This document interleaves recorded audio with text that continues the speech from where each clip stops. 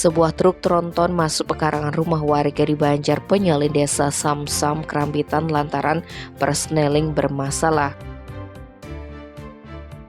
Kapolsek Krambitan AKP Niluh Komang Sri Subakti menyebutkan kecelakaan tunggal tersebut terjadi Selasa 24 Januari. Kronologi bermula saat pengemudi truk bernama Dede Sumarna, 60 tahun mengalami masalah di persneling lantaran tak berfungsi normal. Ketika tiba di lokasi dengan medan jalan lurus tanjakan landai, Dede memilih memberhentikan truknya dan parkir di badan jalan sebelah selatan. Tak lupa, roda truk juga sudah diganjal dengan batu. Lantaran kendaraan dirasa sudah aman, pengemudi meninggalkan kendaraannya untuk membeli air minum.